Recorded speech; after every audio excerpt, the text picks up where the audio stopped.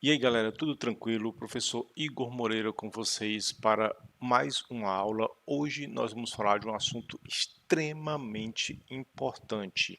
Gente, é uma série de assuntos que eu vou trabalhar esses vídeos agora em sequência sobre física e matemática básica, os quais são imprescindíveis para que você faça qualquer tipo de prova que esteja na sua pretensão, seja Enem, seja vestibulares, concursos militares, concursos públicos, todo tipo de concurso você tem que ter um domínio muito bom sobre proporções. Quando eu falo de proporções, nós estamos nos referindo tanto a proporções diretas como inversas, o que muita gente também gosta de associar diretamente aí a nossa boa e velha regra de 3. Bom, essa aula nós vamos falar exclusivamente de proporções diretas. O que é que nós temos para falar desse tipo de assunto? Primeiro, eu vou abordar aqui as proporções do ponto de vista realmente das grandezas.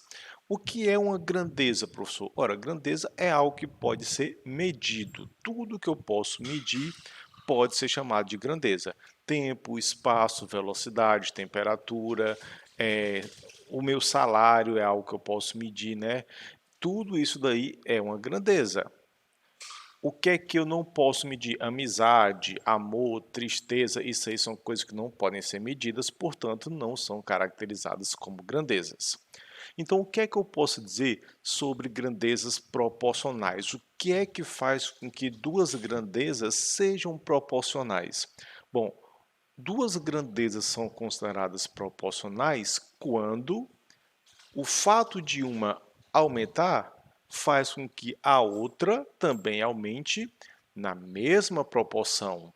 Não é algo que você pode aplicar, por exemplo, se uma grandeza aumentou, a outra aumentou também, não importa o valor. Não, tem que ser na mesma proporção. Matematicamente falando, portanto, eu posso definir grandezas diretamente proporcionais como sendo estabelecido esta relaçãozinha aqui, ó. Quando a razão entre as grandezas é uma constante. Isso é grandezas proporcionais. A divisão entre as grandezas tem que ser constante, ok? Professor, mas eu achei que era produto, porque diretamente proporcional, quando multiplica, mas aí isso é uma visão um pouco equivocada, certo? Diretamente proporcional é quando a razão é constante. E aqui vai haver várias implicações matemáticas em relação a esse fato, principalmente na hora de você representar graficamente essas grandezas. Então, por exemplo, eu poderia chegar aqui para você e dizer o seguinte: eu tenho um gráfico y, x, colocado dessa forma. E aqui eu tenho um gráfico y, x. Né? No caso, não é nenhum gráfico ainda, é só o plano cartesiano. Então, eu vou fazer o gráfico agora. Vou fazer aqui um gráfico desse jeito, onde o gráfico está partindo da origem dos eixos, e vou fazer outro gráfico desse jeito. Você vai concordar comigo que em ambos os gráficos, um aumento de x ocasiona em um aumento do y, certo? Ao aumentar o valor de x, o valor de y também aumenta. Certo, professor? Concordo perfeitamente. Ok. Só que não é um caso de proporção nos dois gráficos. Somente um deles é um caso de proporção. Qual deles? Ora, o primeiro gráfico. Aqui existe uma proporção. Aqui não é proporção. Mas como assim, professor? Quando o x está aumentando, o y não está aumentando também? Está, mas não na mesma proporção.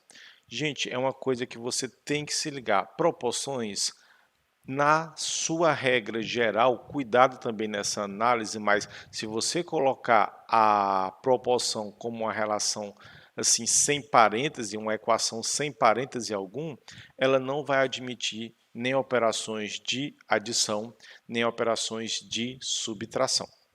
Então, de acordo com o que nós sabemos sobre funções, eu posso dizer, por exemplo, que essa primeira representação gráfica seria de uma função y igual a vezes x, certo? Por quê? Porque ela é incompleta, ela parte da origem, ela não tem o coeficiente linear, não tem o b. Já essa segunda aqui é y igual a vezes x mais b. O b sendo exatamente esse ponto aqui, ó, de onde a reta está cortando o eixo das ordenadas, o eixo y. Então, repare, se nesse segundo gráfico eu estou trabalhando aqui, ó, com uma operação de soma, isso já não é uma proporção, ok?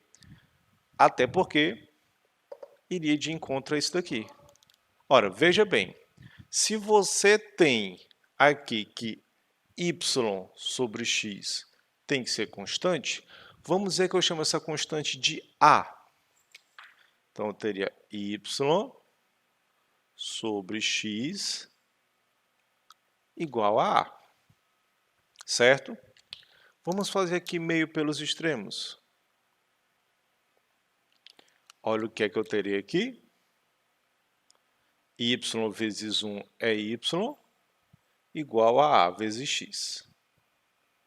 Pronto. Cheguei exatamente nessa função que eu tenho nesse gráfico aqui. Ah, professor, mas está muito embaralhado, muita informação. Então, pronto, vamos resumir. Duas grandezas são proporcionais. Se uma aumentar, a outra aumenta na mesma proporção. Ok. A razão entre essas duas grandezas tem que ser sempre constante. Essa constante será chamada de constante de proporcionalidade. Ok? Ok. Toda vida que você for representar uma relação entre duas grandezas diretamente proporcionais em um gráfico, obrigatoriamente esse gráfico terá que ser uma reta crescente partindo da origem dos eixos. Pronto, essas são as três principais informações que eu quero que você lembre.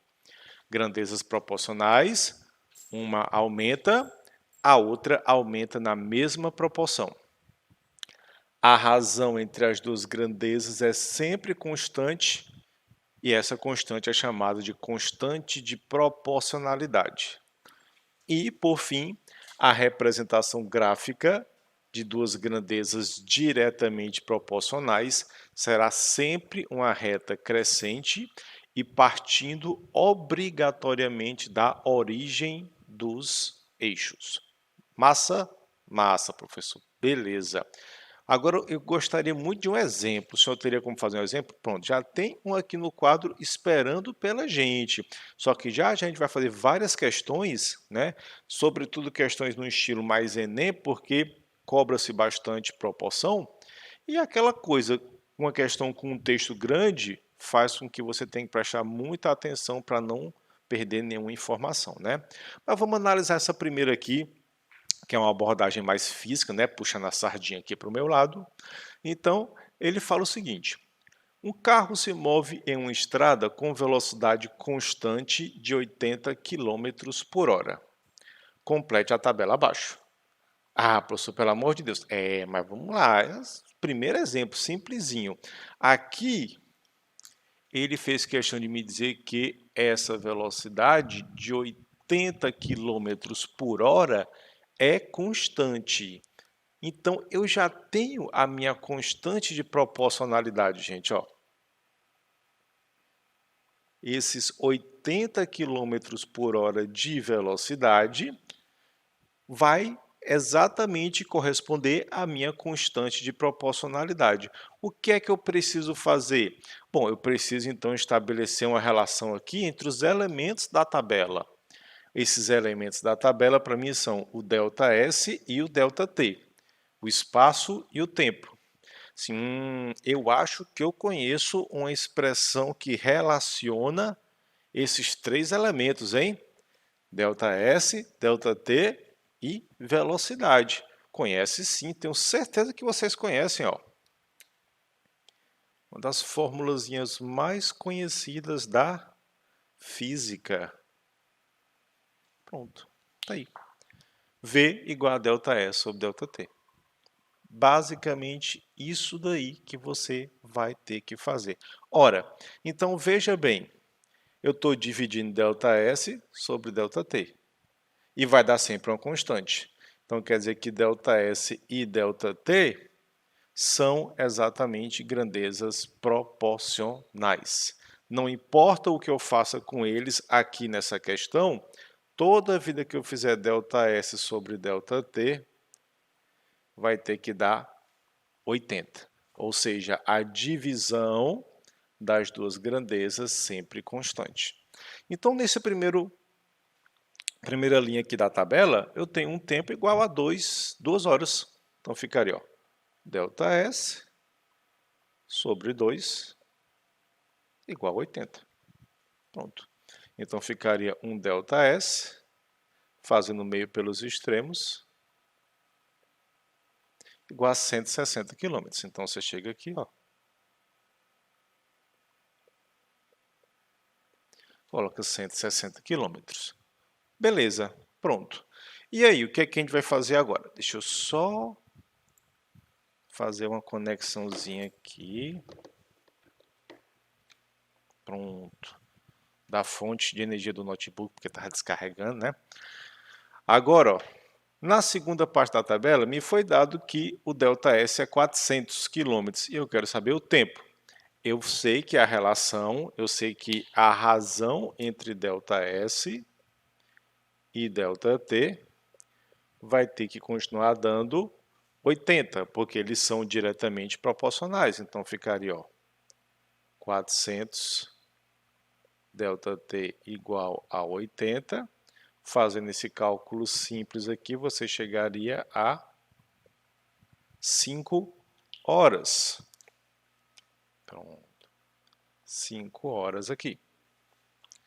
E, por fim, aqui eu tenho um tempo de 7 horas. Então, agora eu vou fazer novamente ΔS sobre ΔT exatamente igual a 80. Vai ficar ΔS sobre 7 igual a 80, onde aqui eu encontraria um ΔS exatamente igual a 560 km. Pronto.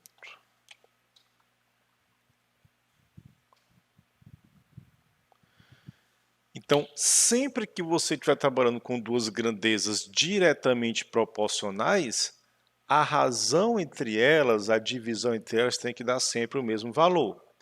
Porém, aqui, a facilidade que eu encontraria era porque eu posso fazer uma proporção bem simples. Ó. Digamos que eu chegue bem aqui, ó, e queira colocar mais uma linha na tabela. Nessa linha, eu vou colocar aqui um tempo, sabe de quanto? De 8 horas. Aí eu chego assim, eu quero que você me dê esse valor aqui, mas eu não quero que você faça esse cálculozinho aqui não, só olhando para a tabela. Então eu posso pegar como referência, por exemplo, a primeira linha da tabela.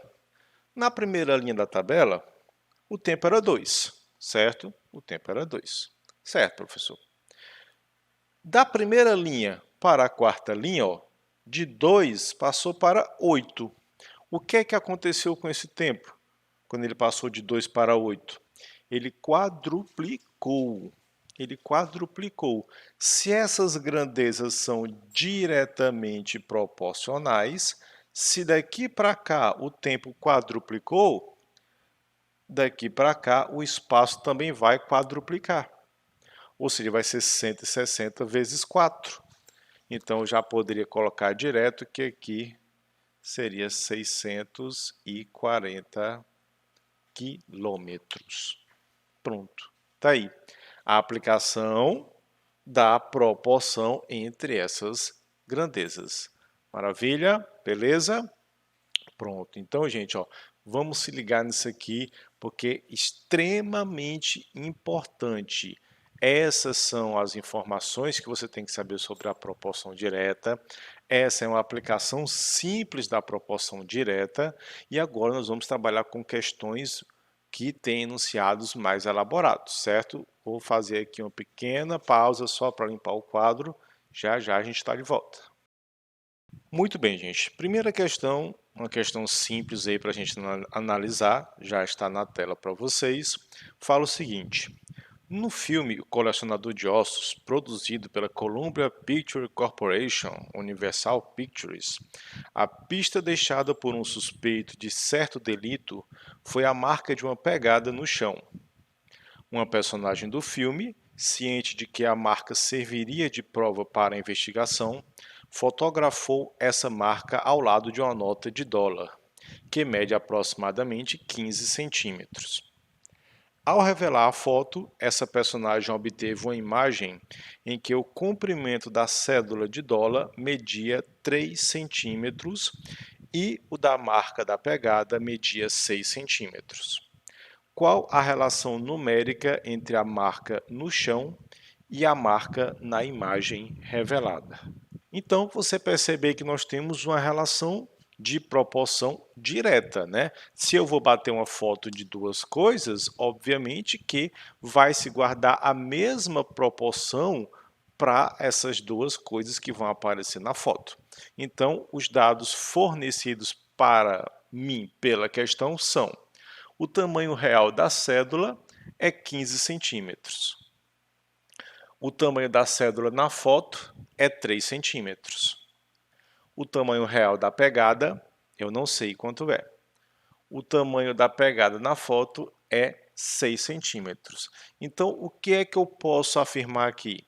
Que se a relação entre o tamanho real e em relação ao tamanho na foto é uma relação direta, a razão entre essas duas coisas tem que ser igual. Ok? Pronto.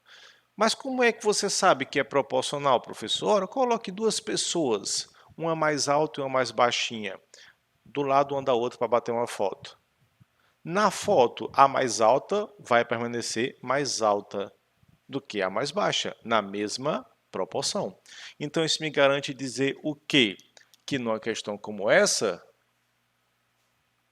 o tamanho real dividido pelo tamanho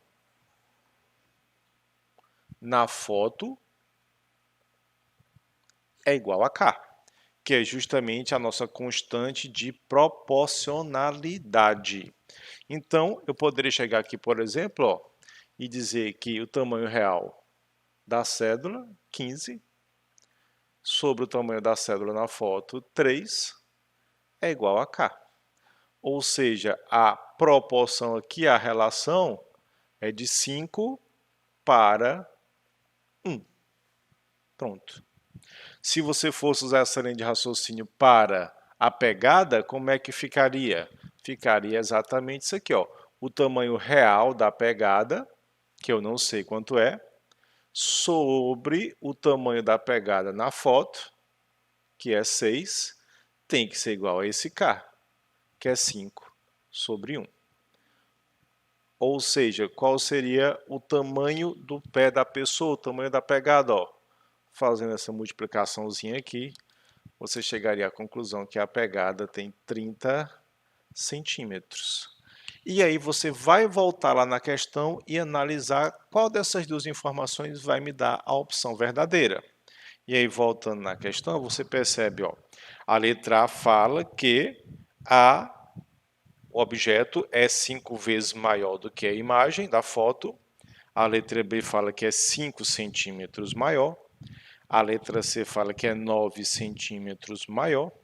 A letra D fala que é 12 centímetros maior. E a letra E fala que é 12 vezes maior.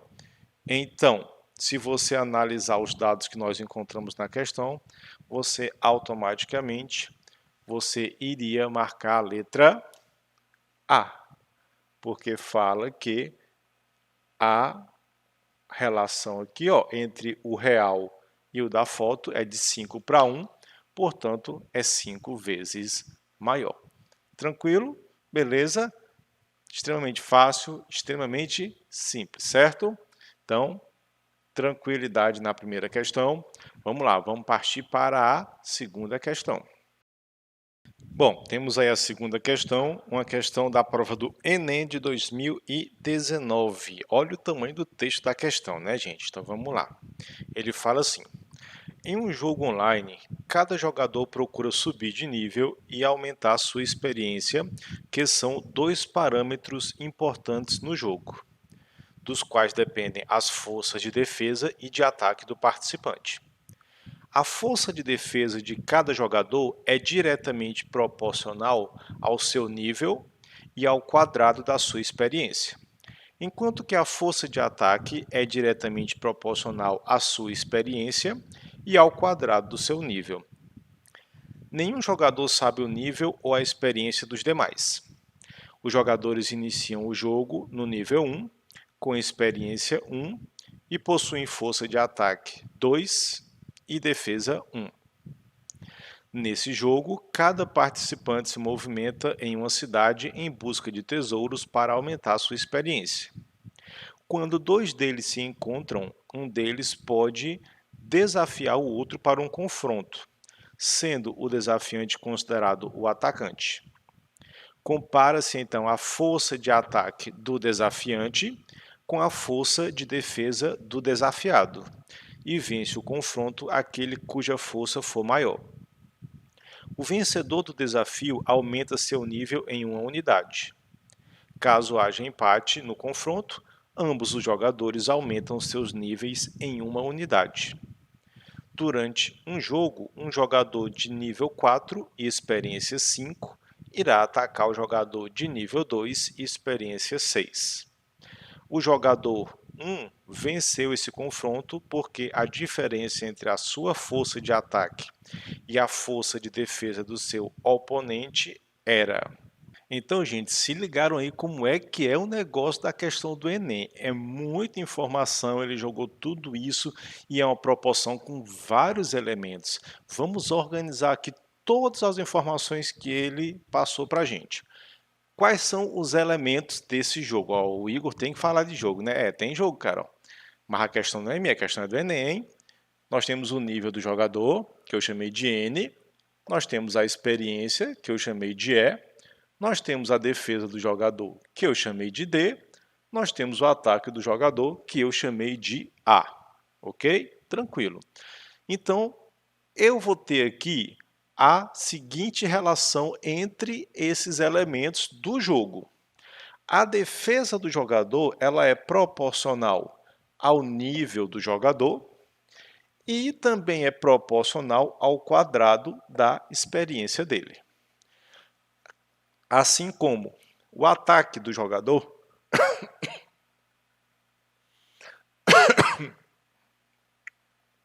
Perdão, deu uma crise de tosse. O ataque do jogador é proporcional ao quadrado do nível dele e também é proporcional à experiência. O que ele está me dizendo é que esse jogador 1, que tem nível 4 e experiência 5, vai atacar esse jogador 2, que tem nível 2 e experiência 6. Ou seja, o que é que você vai ter que levar em consideração? É a força de ataque do jogador 1 versus a força de defesa do jogador 2.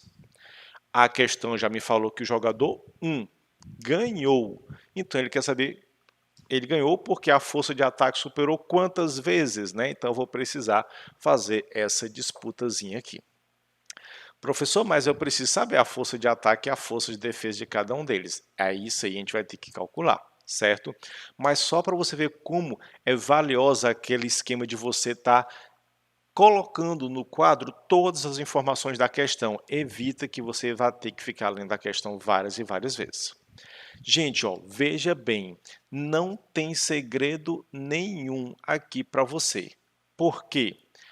Eu estou dizendo que D é proporcional, né, a essas duas coisinhas aqui. Se D é proporcional aos dois ao mesmo tempo, quer dizer que se eu fizer isso daqui, ó, D dividido pelo nível vezes a experiência ao quadrado. Isso aqui tem que ser igual a uma constante que eu vou chamar de K1. Pronto. Não entendi, professora, por quê? Porque se é proporcional, quer dizer que a razão entre o D e aí o produto dessas duas coisas tem que ser sempre constante. Não é essa a regra de diretamente proporcional? Pronto. Assim como aqui, ó, A é proporcional ao quadrado do nível e proporcional à experiência. Então, vai ficar que A é A dividido A sobre, já que é uma razão, o quadrado do nível vezes a experiência é igual a uma constante que eu vou chamar de K2. Pronto. Dentro da programação do jogo, o cara que fez o jogo, sei lá, qualquer empresa que faz jogo aí na vida, né, colocou essas normas, colocou essas formulazinhas para calcular a defesa e o ataque de cada jogador desse jogo. Então, façamos o seguinte. Eu sei aqui que esses valores aqui de K, de A, de e B, da defesa do ataque, vão depender desses aspectozinhos bem aqui, certo? Então, o que é que você vai ter que fazer? Você vai ter que fazer a substituição desses valores dentro dessas formulazinhas. Eu vou colocar aqui já tudo no quadro, para a gente não perder tempo copiando. Já já a gente volta aí. Aí estão as informações para você conseguir descobrir a constante de proporcionalidade, o K1 e o K2, né? O texto da questão me falou que no início do jogo, os jogadores começam no nível 1, com experiência 1, com ataque 2 e com defesa 1. Então, é só eu pegar esses valores aqui do início do jogo e colocar dentro da expressão que eu deduzi. Então, início do jogo, defesa 1, nível 1, experiência 1. Isso aqui, se eu fizer 1 ao quadrado dá 1, vezes 1 dá 1, e 1 dividido por 1 dá 1. Ou seja, eu já sei que a constante de proporcionalidade K1 é igual a 1. Certo, vamos para cá então. Constante de proporcionalidade K2. Eu sei que no começo do jogo, o jogador tem ataque 2, nível 1, experiência 1. 1 ao quadrado dá 1, vezes 1 também dá 1, 2 dividido por 1 é 1. Então, K2 é igual a 2.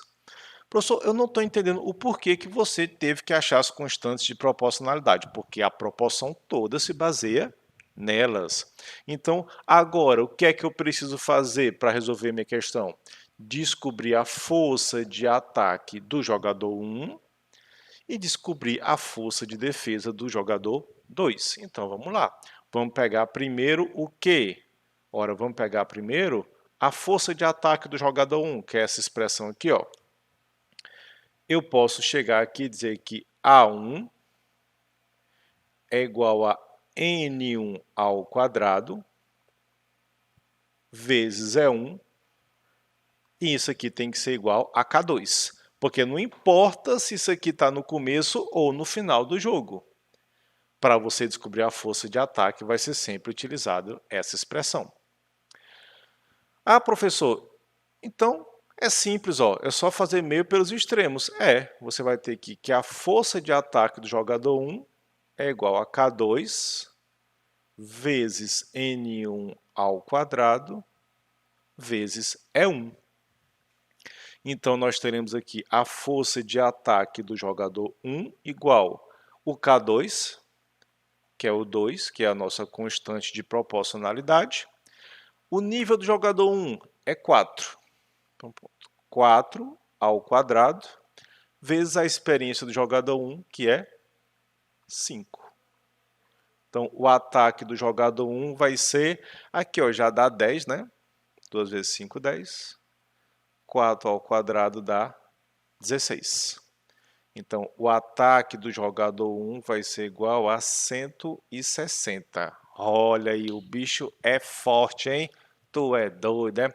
Então, agora eu preciso saber a defesa do jogador 2. Professor, você não vai calcular a defesa do jogador 1, não? Não, porque não precisa. Ele só quer saber o ataque do 1 contra a defesa do 2. Então tá aqui, ó. Defesa. Eu vou ter a defesa do jogador 2 igual ao nível do jogador 2. Perdão, gente, está embaixo. Presta atenção, Moreira. Dividido pelo nível do jogador 2, vezes a experiência do jogador 2 ao quadrado, igual a K1. Novamente, eu posso fazer aqui meio pelos extremos, ó. Vai ficar D2 igual a K1 vezes N2 vezes E2 ao quadrado. Pronto. Então, a defesa do jogador 2 vai ser igual a o K1, que é 1, o N2, qual é o nível do jogador 2? É 2, vezes a experiência dele ao quadrado, que é 6. Então, vou ter que a defesa do jogador 2 vai ser 2 vezes 36. Ou seja, a defesa do jogador 2 vai ser igual a 72. Então fica claro porque o jogador 1 ganhou. Ele tem um ataque de 160, a defesa de 72. Pessoal que joga aí Yu-Gi-Oh!, Magic da vida, né, sabe como é que é esse esquema. Então, ó, por que é que ele ganhou? Porque a diferença de poderes, eita, olha o conceito que o Igor acabou de criar, diferença de poderes, ó. Esse bicho é viciado mesmo, ó. Vai ser 160 menos 72, ou seja, a diferença entre o ataque do 1 e a defesa do 2 vai ser de exatamente 88 pontos, não é? Você vai lá na questão e marcaria aí exatamente a opção B. Pronto. Questãozinha do Enem 2019, certo? Aí alguém vai com certeza dizer, professor, mas pelo amor de Deus, 3 minutos e meio para fazer uma questão dessa. Gente, mais uma coisa é eu fazer a questão aqui explicando detalhe por detalhe para você. Outra coisa é você chegar na prova dominando proporção e você faz isso daí em 3 minutos. Com certeza, é por isso que precisa de muita preparação, muito treino, muito empenho antes da prova, ok? Tranquilo? Vamos lá, tem mais uma questãozinha para a gente analisar, hein? Ok, terceira questão aparecendo aí para vocês, onde ela fala o seguinte. O aerogerador é um dispositivo que aproveita a energia eólica e a converte em energia elétrica. Em 2009, a capacidade mundial de geração de energia elétrica por meio da energia eólica foi calculada em aproximadamente 158 gigawatts, o suficiente para abastecer as necessidades básicas de 2 países como o Brasil. A magnitude da expansão desse tipo de energia no mundo em 2008 foi de 120 gigawatts. Considerando o crescimento linear de energia eólica a partir de 2008, em 2018 a produção dessa energia será. Pois bem, informações no quadro, hein? 2008, produção aí de energia 120 gigawatts. A gente sabe que isso aí é potência, né? A energia teria que ser gigawatts por hora, mas tudo bem. Deixa assim, é costume da imprensa utilizar dessa forma.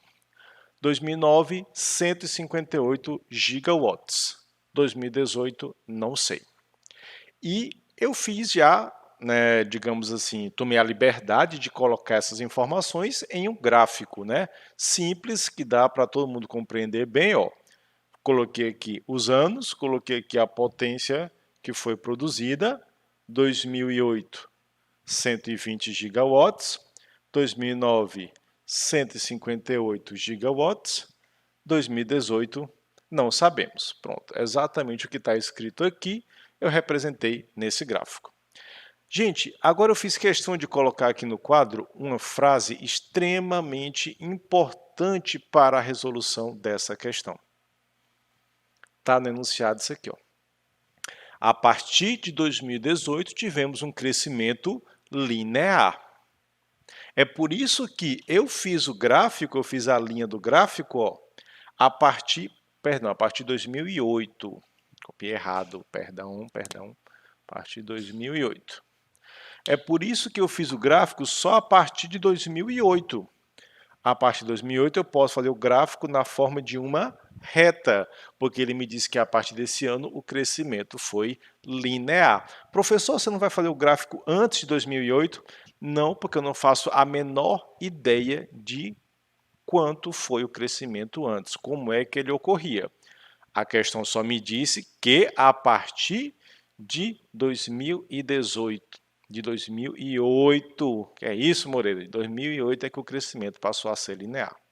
Então, o que a gente vai fazer? Bom, somente a partir desse ano é que começou, então, a trabalhar a proporção. Ah, professor, mas aí não funciona, porque você me disse que para ser proporção tem que partir da origem dos eixos. Eu não sei se vai partir da origem dos eixos no ano zero. Será que no ano zero, né, lá na época de Cristo, tinha usina eólica? Ah, eu acho que não, hein? Eu tenho essa pequena impressão. De qualquer forma, nós não temos acesso a essas informações. Então, olha o artifício que nós vamos fazer. Se eu sei que a proporção começa aqui em 2008, eu posso chegar aqui e fazer o seguinte, ó. O meu gráfico começa aqui. Por quê? Ora, porque é onde eu começo a medir a produção. Esse aqui é o meu marco zero. Não entendi, professor. Pronto. Se você olhar para o seu relógio, vai estar passando o tempo, as horas, os minutos, os segundos normalmente. Você estará no seu domingo em casa esperando para ver a sua prova de Fórmula 1. Prova de Fórmula 1 está marcada para começar às 8 horas da manhã. Então você olha para o seu relógio, 8 horas da manhã não começou ainda, você já está indignado. Então, você já vai começar a contar, se estava programado para 8 horas da manhã, você já vai começar a contar o tempo que o vencedor da prova vai gastar a partir das 8 horas da manhã, mesmo os carros não tendo largado ainda? Não, você só começa a contar o tempo a partir do instante que os carros começam a se mover. Então, se eu comecei a fazer a medição, certo, da produção de energia eólica somente a partir de 2008, é a largada. Ali é a largada, ou seja, ali é o meu marco zero, é o meu ponto zero, instante zero, onde eu comecei a medir aquilo ali. E a partir daqui eu tenho uma proporção. Olha aí a sacada. Mas então você vai ter que mudar os valores, não vai, professor? Vou ter que mudar os valores. Se isso daqui é zero, quanto é que passa a ser esse ponto bem aqui? Ora, de 2008 para 2009 passou quanto tempo? Passou um ano, pronto. Então aqui não é mais 2008, aqui é zero. Aqui não é mais 2009, aqui é 1. Porque daqui para cá passou um ano. Eita, olha aí que legal. Então vamos lá. Daqui para cá, ó, passaram-se quantos anos? 10. Então pronto. Aqui não é mais 2018. Aqui é 10. Massa? Tranquilo? Pronto. Então aqui, gente, ó, você vai poder fazer essa proporção, porque aqui eu não estou calculando, eu acabei de chutar o tripé. Pronto. Volta a câmera para o lugar. Eu não estou calculando a produção.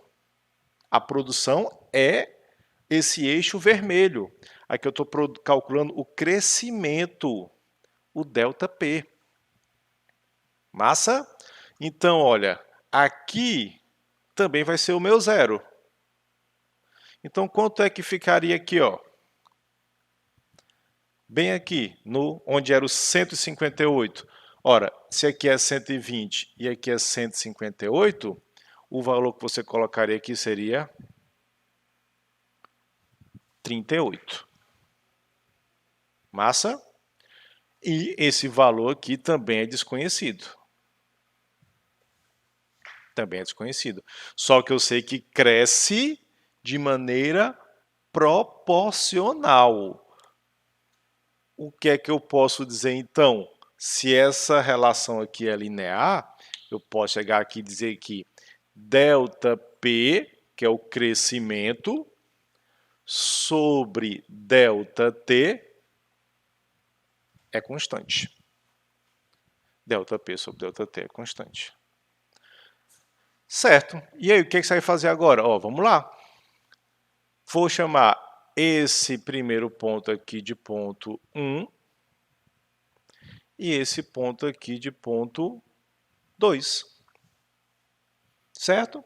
Então, eu vou chegar e vou dizer, ó, ΔP1 sobre ΔT1 é igual a K. ΔP2 sobre ΔT2 é igual a K.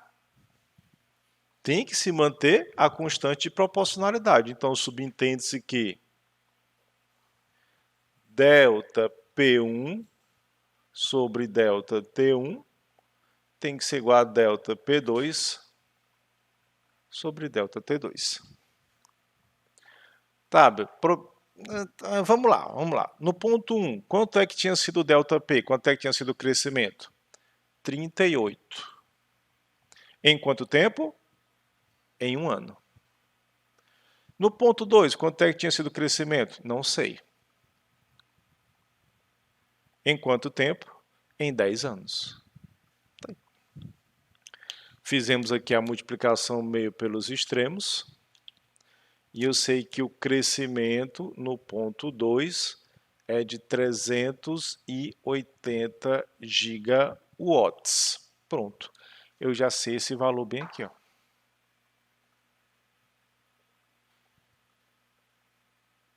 380. Certo, beleza. Mas você é capaz de me dizer esse valor bem aqui de cima, esse valor aqui, da potência total gerada? Eu sou capaz sim.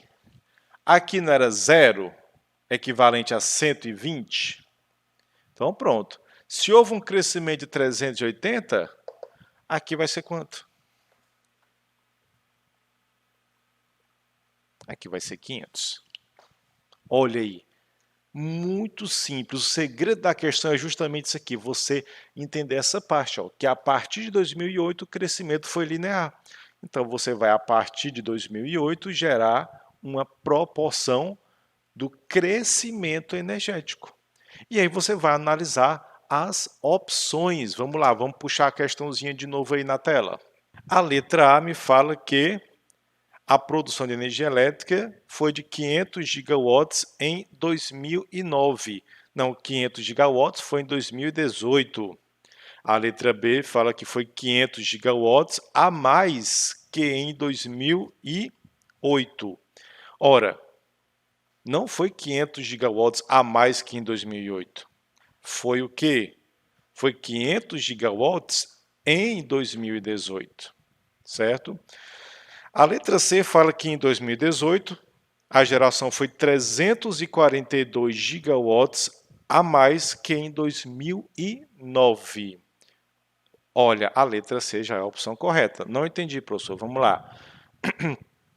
Ele me disse que em 2018 a produção foi 342 gigawatts a mais que em 2009. Então você pode fazer a diferença desse ponto para esse ponto ou desse ponto para esse ponto. Já estaria a resposta. Ó. Se eu pegasse aqui, produção em 2018, vamos chamar de P 2018, 500 gigawatts. Produção em 2009, 158 gigawatts. Qual a diferença da produção dos 2 anos? 500 menos 158. Que isso aqui daria exatamente 342 gigawatts. Então você pode ir até a sua questão e marcar facilmente a letra C. Tranquilo? Beleza? Então se liga, você pode utilizar desses artifícios, ó, de fazer um gráfico dentro do outro.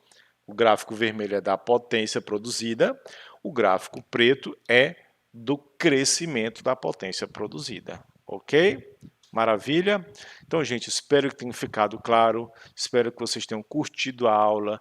Se você curtiu, se inscreve aí no canal, deixa um like no vídeo para ajudar a gente, continua acompanhando a gente, ativa o sininho para ficar, né, sempre por dentro dos vídeos quando for saindo, e nos vemos na nossa próxima aula, que vai ser sobre grandezas inversamente proporcionais, ok? Valeu e até lá!